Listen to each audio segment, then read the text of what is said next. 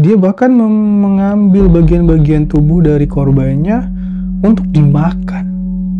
Dan tindakan ini termotivasi oleh pacarnya.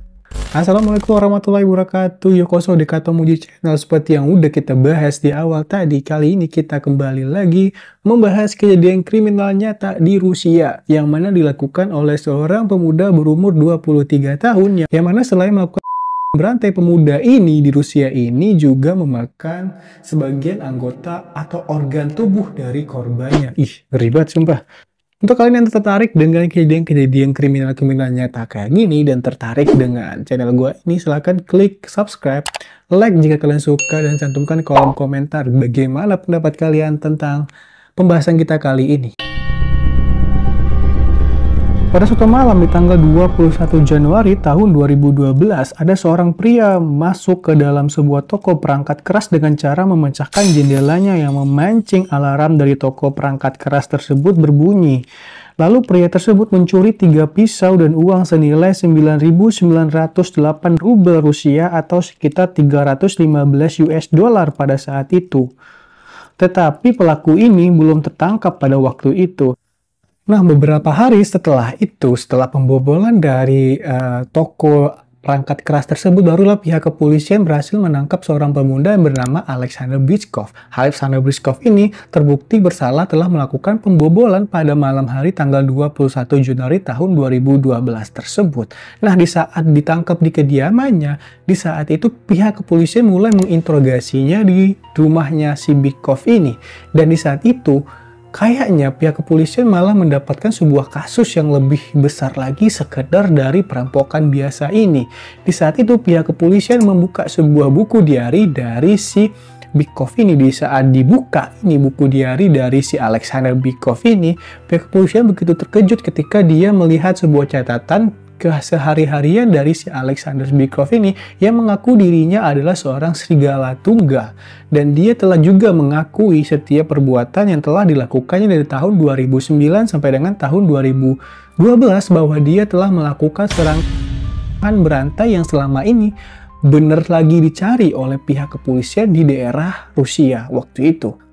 Setelah membaca buku catatan dari si Bychkov ini, pihak kepolisian langsung bertanyalah kepada si Alexander Bychkov ini, apakah lu yang bikin ini buku catatan? Dan di saat itu si Alexander Bychkov ini nggak dapat mengelak dan hanya berkata jujur kepada pihak kepolisian bahwa dia benar yang melakukan serangkaian pembunuhan dari tahun 2009 sampai dengan tahun 2012 di daerah Penza di Rusia ini. Dan di saat itulah langsung pihak kepolisian menangkap dengan si Bychkov ini dengan kasus pembunuhan yang belum terpecahkan selama 4 tahun belakangan ini di daerah Penza, Rusia. Dan di saat diminta keterangan, ternyata si Bychkov ini termotivasi untuk melakukan pembunuhan ataupun terhadap mayatnya dengan memakan hatinya, limpahnya, dan beberapa organ-organ lain dari mayat-mayat korbannya ini karena termotivasi oleh mantan pacarnya yang mengatakan kalau si Bychkov ini terlalu baik. Oh, ini buat lo cewek-cewek semua yang di luar sana, mau apapun lo itu, jangan sesekali lo bilang cowok lo tuh terlalu baik. Nah, kayak gini jadinya kayak abang Bychkov ini jadinya kan dia ya. Jadi dia ingin menunjukkan kepada pasangannya ini atau mantan pacarnya ini kalau dia ini adalah seseorang yang pantas untuk si pacarnya ini gitu loh. Dia bukan orang yang lembek ataupun orang yang sering dicap ataupun dibully oleh pasangannya. Waktu itu dia dibully, dikatakan kalau dia adalah orang yang lembek, terlalu lunak, terlalu baik gitu loh pokoknya. Dan dia ingin membuktikan kepada mantan pacarnya itu kalau gue bisa ngebunuh orang dan melakukan tindakan kriminal yang gue nggak sebaik yang lu pikirkan gitu loh. Jadi di saat diintegrasi, si Bychkov ini mengakui kejahatannya dan dia mulai melakukan hal itu setelah diputuskan oleh mantan pacarnya. Dan pada tanggal 17 September tahun 2009, si Bychkov ini pergi ke sebuah kedai kopi gitu, kedai minum-minuman gitu lah. Dan dia bertemu dengan seorang pria tua berusia 60 tahun yang bernama Yevgeny Zhitkov. Dan di saat itu si Bychkov ini mengajak si orang tua ini mengunjungi rumahnya untuk sekedar menginap dan sambil ngobrol-ngobrol sampai tengah malam. Dan di saat si Yevgeny Zhitkov ini tertidur dan dia pun langsung si orang tua ini sampai mati, lalu dia mencincang-cincang tubuhnya menjadi beberapa bagian. Dan dia juga memakan bagian organ dalam tubuh dari si korbannya ini, yaitu si Yevgeny Zhirkov ini di bagian hatinya. Itulah, setelah puas dengan melakukan perbuatan itu, dia pun langsung menutup rapat-rapat ataupun membungkus korbannya itu dengan sebuah kantong plastik, lalu membuangnya ke sebuah tempat pembuangan sampah atau tempat penghancuran sampah terakhir gitu seorang diri.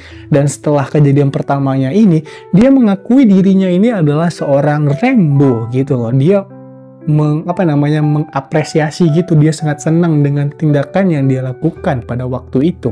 Dan dia pun mulai melirik setiap korban-korbannya ini, yaitu orang-orang tua, orang-orang lansia yang berumur 50 tahun ke atas, dan rata-rata korbannya ini adalah tunawisma ataupun orang-orang yang nggak punya tempat tinggal, dan juga korbannya ini adalah para pecandu-pecandu alkohol yang dibunuh dengan cara yang sama, dipotong-potong, dan ada beberapa organ dari tubuh si mayat ini yang juga dimakan oleh si Bychkov ini.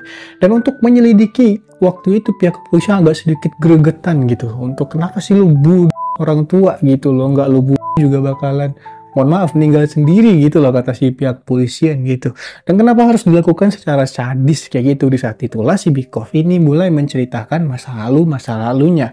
Dari dia kecil sampai dengan dia dewasa. Kenapa dia sangat membenci orang tua dan kenapa dia sangat membenci para pecandu alkohol.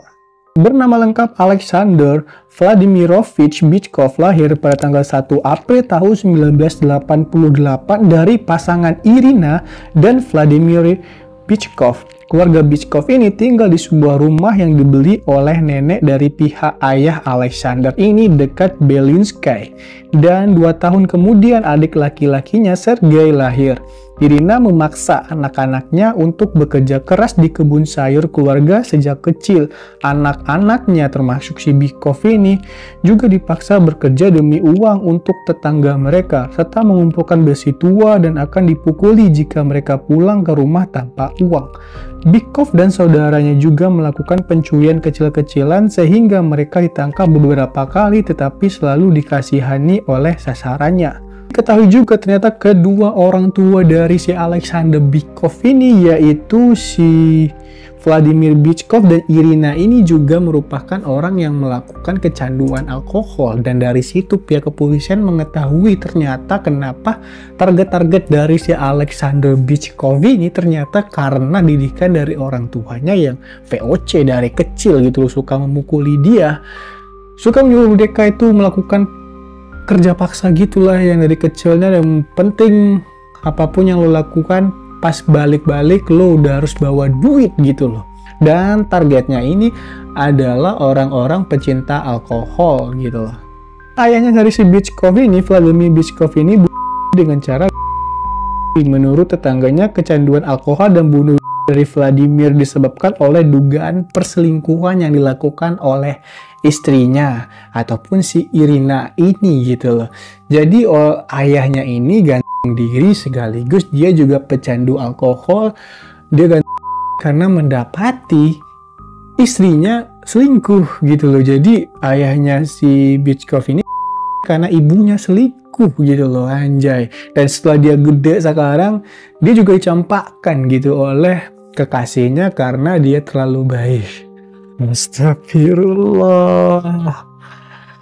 Apa ini guys? Bener-bener dirusak mental ini anak. Sebenarnya dia nggak salah tapi tindakannya salah. Lagian lu ya jadi cewek kok bisa-bisanya berpikiran lu terlalu baik bagi gue, anjay. Pusing gue. Dan juga di tahun 2000-an itu adik dari si Bychkov ini, yaitu si Sergei yang tadi gue ceritain, ini sempat dipukul habis-habisan oleh bapaknya sampai terluka di bagian kepalanya dan dia menjadi cacat seumur hidup gitu. Dan si Bychkov inilah yang merawat si Sergei ini sampai dengan dia bisa mandiri sendiri beberapa tahun lah gitu. Sebenarnya dasarnya si Bychkov ini gue rasa orang baik gitu loh, tapi gimana ya pengaruh dari kerusakan mentalnya yang begitu parah yang menyebabkan dia kayak gini. Gimana menurut kalian guys? Cantumkan aja deh di dalam kolom komentar gitu. Gue pengen tahu pendapat kalian tentang kasus ini lebih lanjut gitu loh.